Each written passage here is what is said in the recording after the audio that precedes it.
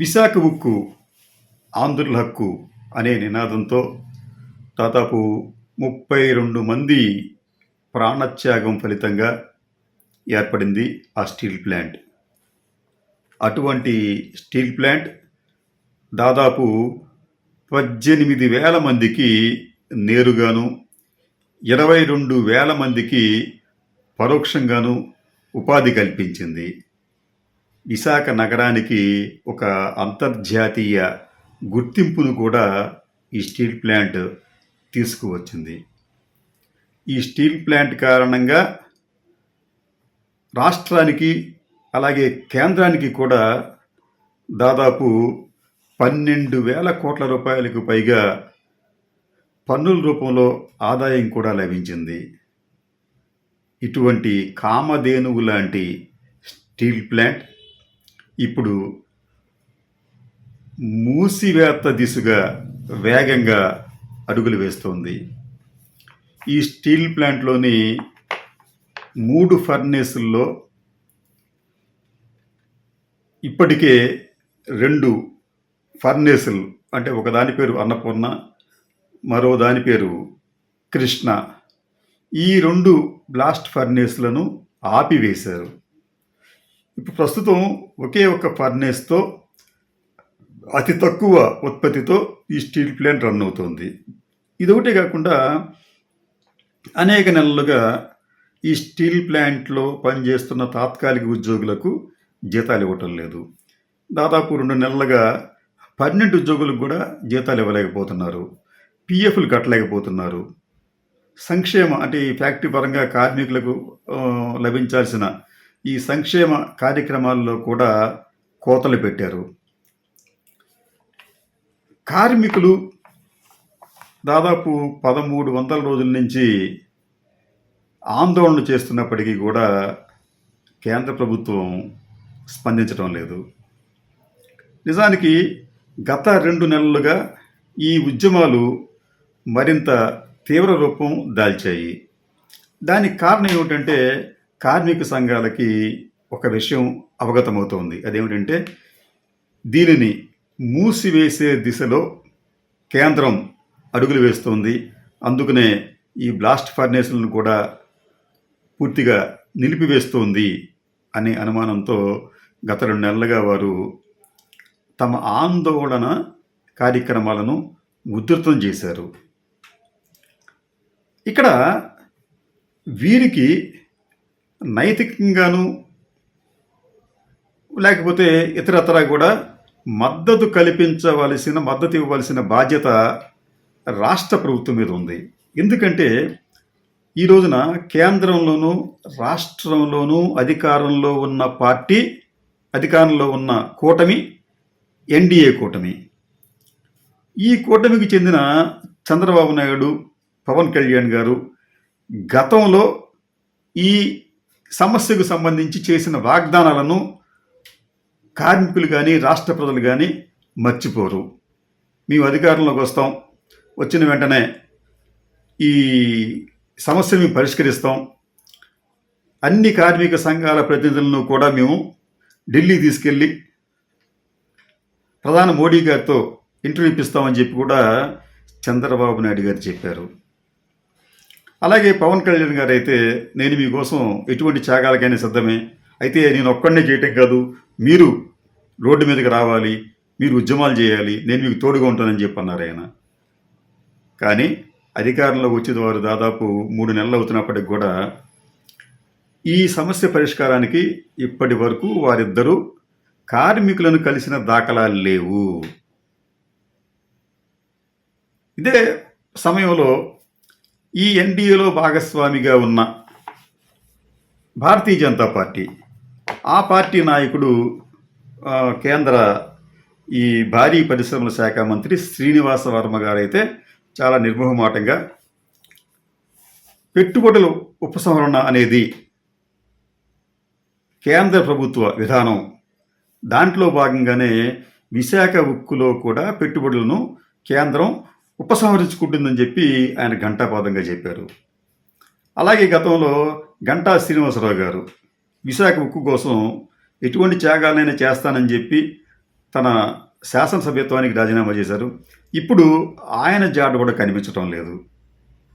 ఇవన్నీ చూస్తూ ఉంటుంటే రాష్ట్రంలో ఉన్న ఈ ప్రధాన పార్టీలు అయితే ఏవైతే ఉన్నాయో, అంటే అధికారంలో ఉన్న జనసేన కావచ్చు, టీడీపీ కావచ్చు, ఈ రెండు పార్టీలు కూడా కేంద్ర ప్రభుత్వ అడుగులకు మడుగులొత్తుతున్నట్లుగా కనిపిస్తోంది. అంతే తప్ప ఇప్పటి వరకు కూడా కేంద్రానికి ఒక డిమాండ్ చేయలేదు, ఒక విజ్ఞప్తి చేయలేదు, ఒక వినతి కూడా పంపించలేదు.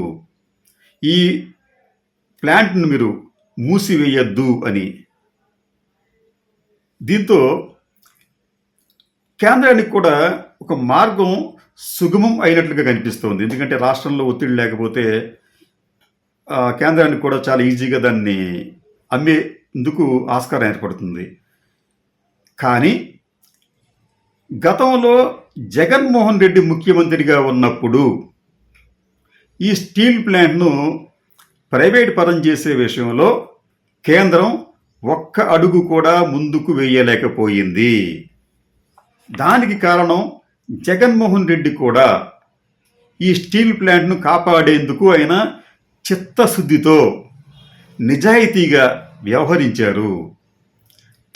ముఖ్యమంత్రిగా తనకున్న పలుకుబడిని కూడా కేంద్రం వద్ద ఉపయోగించారు. 2021లోనే ఆయన కేంద్రానికి 4 పేజీల లేఖ రాస్తూ ఈ ప్లాంట్ ఆవశ్యకతను చాలా స్పష్టంగా వివరిస్తూ దీనిని ఎటువంటి పరిస్థితుల్లో కూడా అమ్మివేయవద్దు అని చెప్పి ఆయన ధైర్యంగా లేఖ రాశారు. అంటే లేఖ రాయడం ధైర్యం అంటే ధైర్యమే. ఇటువంటి లేఖనే ఈ రోజున టీడీపీ, జనసేన ఈ నాయకులు ఎందుకు రాయలేకపోతున్నారు అంటే మోడీ గారు, అమిత్ షా గారు అంటే వారికి ఏదో ఆబ్లిగేషన్స్, భయాలు ఉంటాయి. కానీ జగన్మోహన్ రెడ్డి అటువంటి భయాలకు తావు లేకుండా నిర్మోహమాటంగా తన అభిప్రాయాన్ని కేంద్రానికి చెప్పడమే కాకుండా గత ఎన్నికల సమయంలో ఆయన విశాఖపట్నంలో ఒక పెద్ద బహిరంగ సభలో మాట్లాడుతూ ఒక విషయం చాలా స్పష్టంగా చెప్పారు. ఒకవేళ జగన్ అనే నేను అధికారంలోకి రాకపోతే ఈ స్టీల్ ప్లాంట్ను తెలుగుదేశం పార్టీ బీజేపీతో కుమ్మక్కయ్యి కారు చౌకగా ప్రైవేటు సంస్థలకు అమ్మేస్తోంది, దీన్ని కాపాడటం ఎవరికీ సాధ్యం కాదు అని కూడా ఆయన చెప్పాడు. ఆయన చెప్పింది ఇప్పుడు నిజమేమో అన్న భావన కూడా కలుగుతోంది. కార్మికుల్లో కూడా నేను ఈ రోజున కొంతమంది విశాఖపట్నం కార్మికులతో మాట్లాడినప్పుడు వారు కూడా జనసేన, తెలుగుదేశం పార్టీ, బీజేపీ కూటమి పట్ల పూర్తిగా తమకు అనుమానాలు ఉన్నాయని, త్వరలోనే ఈ ప్లాంట్ని ప్రైవేట్ పరం చేస్తారని చెప్పి వాళ్ళు భయపడుతున్నారు. అదే సమయంలో జగన్మోహన్ రెడ్డి ఉంటే ఇలా జరిగి ఉండేది కాదు అని కూడా వారు అంటున్నారు. అంటే ఈ కూటమి ప్రభుత్వం చేస్తున్న విద్రోహం పట్ల కార్మికులకు అనుమానాలు, అపోహలు కలగటమే కాదు, అనుమానాలు, అపోహలు పెరిగే విధంగా కూడా ఉన్నాయి. నిజానికి ఈ ప్లాంట్ అనేది నష్టాల పాలైందని చెప్పంటున్నారు, కానీ చాలా సంవత్సరాల పాటు లాభాల బాటలో నడిచింది. మీకు ఫర్ ఎగ్జాంపుల్ వాళ్ళు ఈ ప్లాంట్కి వ్యతిరేకంగా ఉన్న కేంద్రం కావచ్చు, లేకపోతే కొంతమంది వ్యక్తులు కావచ్చు, వాళ్ళు చెప్తున్న గణాంకాలు ఏమిటంటే ఈ ప్లాంట్కి 2016లో 1,604 కోట్ల రూపాయల నష్టం వాటిల్తే 2017లో 1,263 కోట్ల రూపాయలు, 2018లో 1,369 కోట్ల రూపాయల నష్టం వాటిల్లింది అన్నారు. అయితే ఇదే మీకు 2021-22లో ఇదే ప్లాంట్కి 940 కోట్ల రూపాయల ప్రాఫిట్ బిఫోర్ ట్యాక్స్ కట్టడానికి ముందు ఈ ప్లాంట్కి 940 కోట్ల రూపాయల లాభం వచ్చింది. అంటే ఈ ప్లాంటు సరిగ్గా దీన్ని వాళ్ళు నిర్వహిస్తే ఈ ప్లాంట్ అనేది నవరత్నాల్లో ఒకటిగా ఉన్న ఈ విశాఖ స్టీల్ ప్లాంట్ అనేది ఎప్పటికీ మూసివేయడానికి ఆస్కారం లేదు. కానీ కొంతమంది ఉద్దేశపూర్వకంగా దీన్ని నష్టాల ఊబిలోకి నెట్టారని చెప్పి కూడా ఆరోపణలు ఉన్నాయి. ఎందుకంటే మొదట ఈ స్టీల్ ప్లాంట్ కెపాసిటీ 3 మిలియన్ టన్నుల ఉక్కును తయారు చేయటం దీని సామర్థ్యం. అయితే దీనికి సొంతగా ఇనుప గనులు కానీ బొగ్గు గనులు కానీ లేవు. బొగ్గును ఇనుమును కూడా బయట ప్రైవేట్ సంస్థల నుంచి లేకపోతే ఇతర రాష్ట్రాల నుంచి ఎక్కువ ధరకు కొనుగోలు చేయాల్సి వస్తుంది. ట్రాన్స్పోర్ట్ కూడా ఎక్కువ అవుతుంది. ఫలితంగా ఉక్కు ఉత్పత్తి వ్యయం పెరుగుతోంది. ఇది అందరికీ తెలిసిన విషయమే.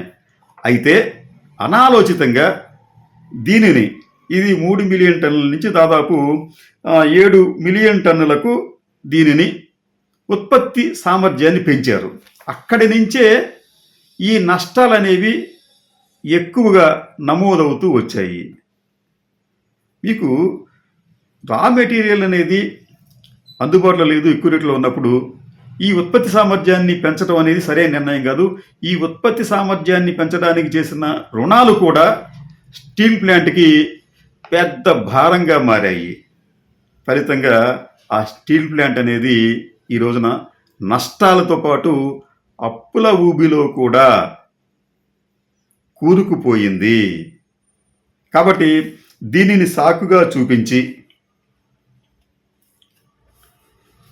కేంద్ర ప్రభుత్వం ఈ స్టీల్ ప్లాంట్ను ప్రైవేట్ సంస్థలకు విక్రయించే ప్రయత్నం చేయబోతోంది.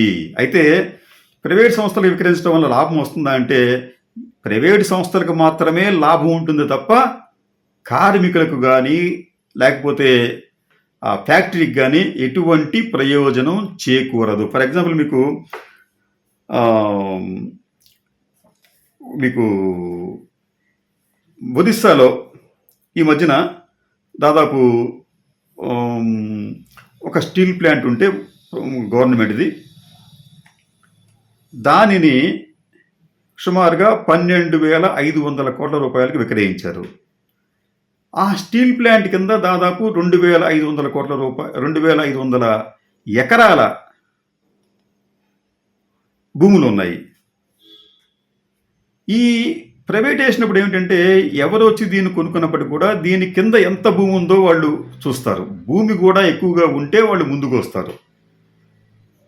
అలాగే మీకు విశాఖపట్నంకి వచ్చేటప్పటికి దాదాపు 20,000 ఎకరాల భూమి దీనికి ఉంది. ఒక అంచనా ప్రకారం ఏంటంటే ఈ ప్లాంట్ పరిధిలో 11,000 ఎకరాలు, టౌన్షిప్ పరిధిలో 500 ఎకరాలు, రిజర్వాయర్ పరిధిలో 500 ఎకరాలు, ఇది కాకుండా దాదాపు 7,000 ఎకరాలు అన్యూజ్డ్గా ఉంది.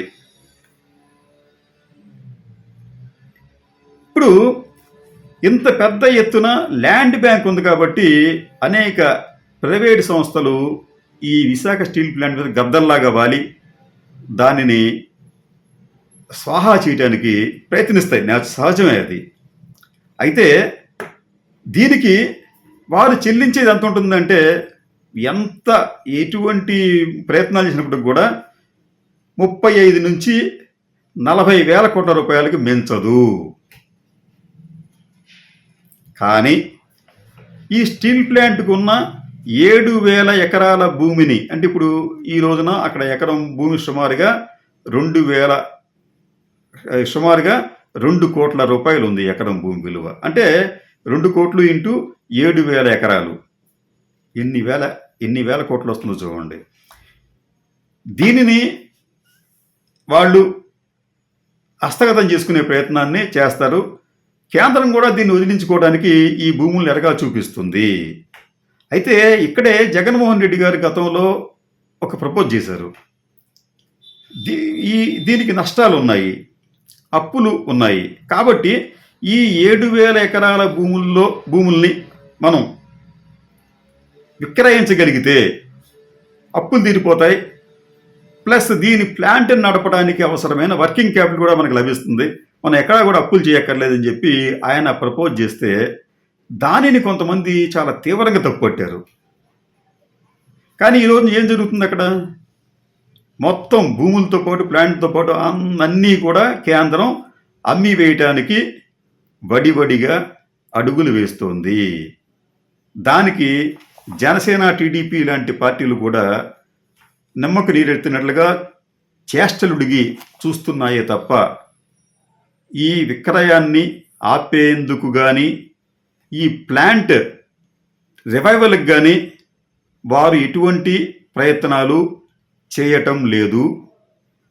వీరి వలన అంటే ఒక రకంగా చెప్పాలంటే జగన్మోహన్ రెడ్డి ఓడిపోవటం అనేది స్టీల్ ప్లాంట్కి అలాగే స్టీల్ ప్లాంట్ కార్మికులకి విశాఖకు కూడా ఒక శాపం అనే మనం భావించాలి.